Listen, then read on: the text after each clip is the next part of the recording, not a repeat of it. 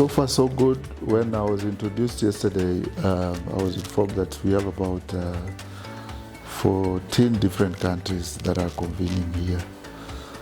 And you know, when we talk about 14 different countries, that brings a lot of wealth of experiences in terms of the sector on building resilience to communities. And so from the outset, that itself tells you the kind of seriousness that the organizers had when they were planning this meeting. And to me, as a civil servant who works for the government of Kenya, I was equally thrilled with that kind of representation. So far so good. It's a lively engagement. There's quite a lot of cross-fertilization of ideas from different member states, different entities, different members of this forum. Yes, very interesting.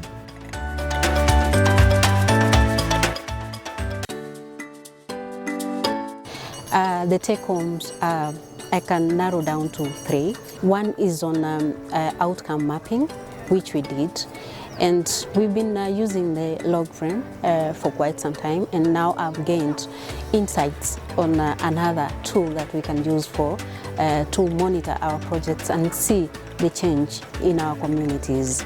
And the second one is on the 7 capitals of resilience, which are very critical.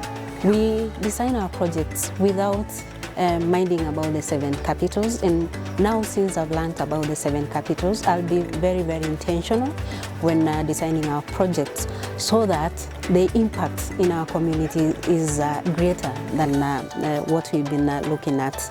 And the last one is on artificial intelligence, which is also has come as a technology to help us in terms of project implementation, especially on reporting and development, especially on fundraising matters, which we can use to make our work easier and also save time that we can give to the community for project implementation. So those are the 3 take-homes that I'm taking from here, from this workshop, and I appreciate for this opportunity.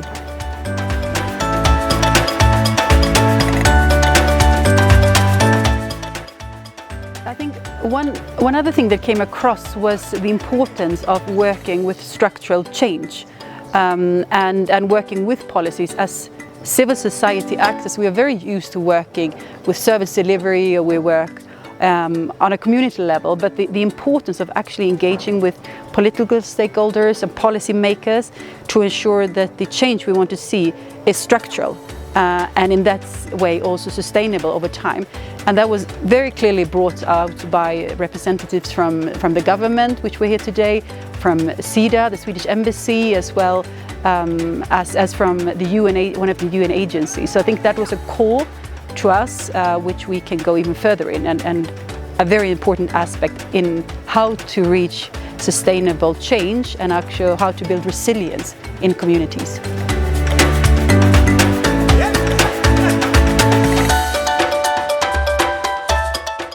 The Kenya for Resilience journey started way back in 2018, and it started when a similar kind of workshop was organized and funded by SMC, and that was 2018 around March. During that particular workshop, which was on resilience, there were a lot of conversation about how do we get a network or a structure of coordinating the different members in the resilience space. At that particular time then, the idea of the Kenya for Resilience Community of Practice was born, and that was born from 10 SMC member organizations who came together then and established the Kenya for Resilience Community of Practice.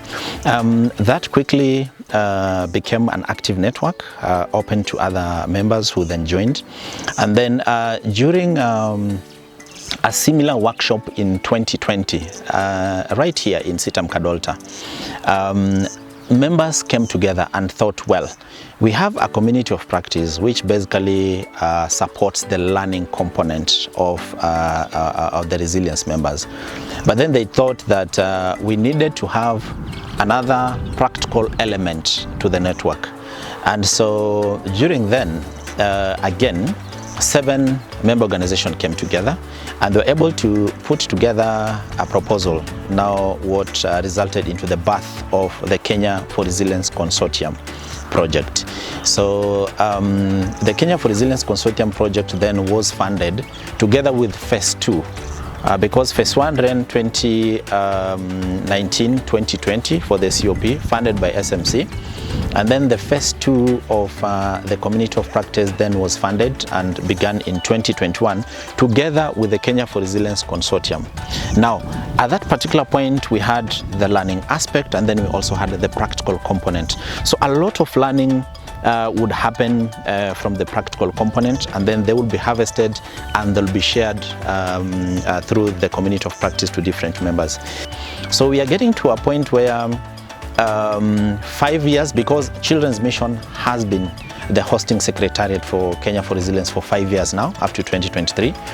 And we are getting to a point where now the secretariat is moving to another member organization who is LM International. So come 2024, the hosting of the Kenya for Resilience Secretariat is moving to LM International.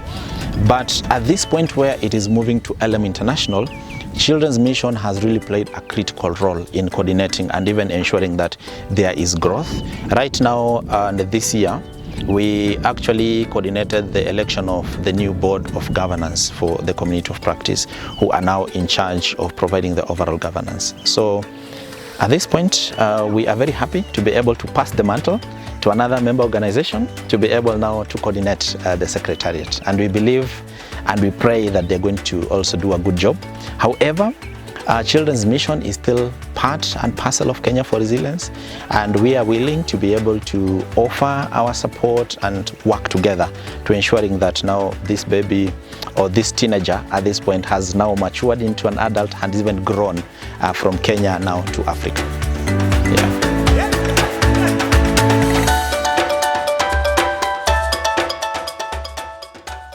Yeah, it is, you have mixed feelings. First, it's the excitement that you have these dreams and ideas that you feel like, okay, we could put this into practice, things that we can roll out. But at the same time, we also look back at the work that the current hosts of the Secretariat have done. And it can be a bit overwhelming because you're like, okay, are we going to meet up to the standards that have been put in place? Are we going to maintain, at least at the minimum, maintain that? Because that's what we would want to do, but we would want to also build on that and strengthen the work and grow it further. So as we will be hosting the Secretariat from January 2024, we have many things to reflect on, actually.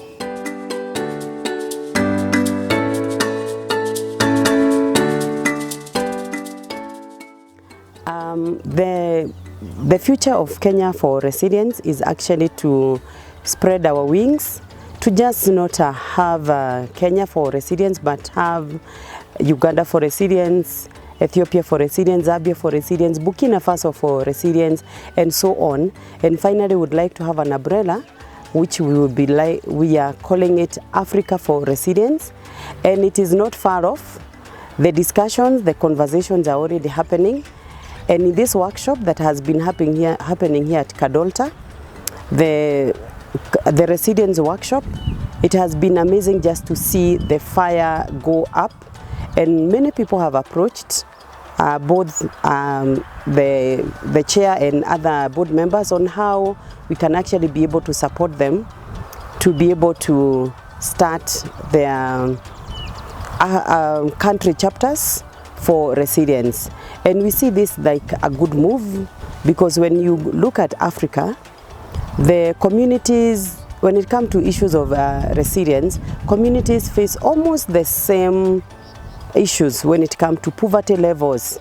So since now that in Kenya we would call it that Kenya for Resilience has succeeded, though we are still learning and growing, we would like to replicate to other parts of Africa, and would like to see community being resilient, whether it's South Africa or West Africa, East Africa, the Sahel region.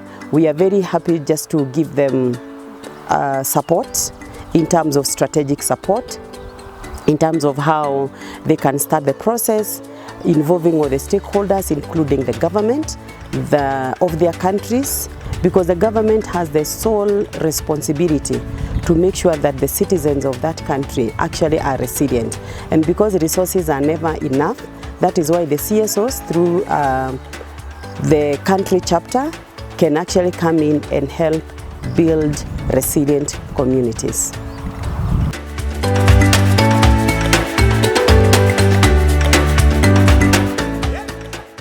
So one of my takeaways or my action plans is to replicate the Kenya for Resilience back home in Zambia. So I'm planning on engaging different stakeholders, and we'll call it Z for Resilience, meaning Zambia for Resilience. And I think it would be very interesting to have something in Southern Africa.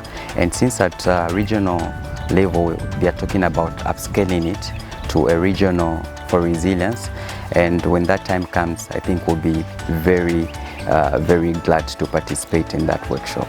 So it's something that I'm looking forward to. Thank you.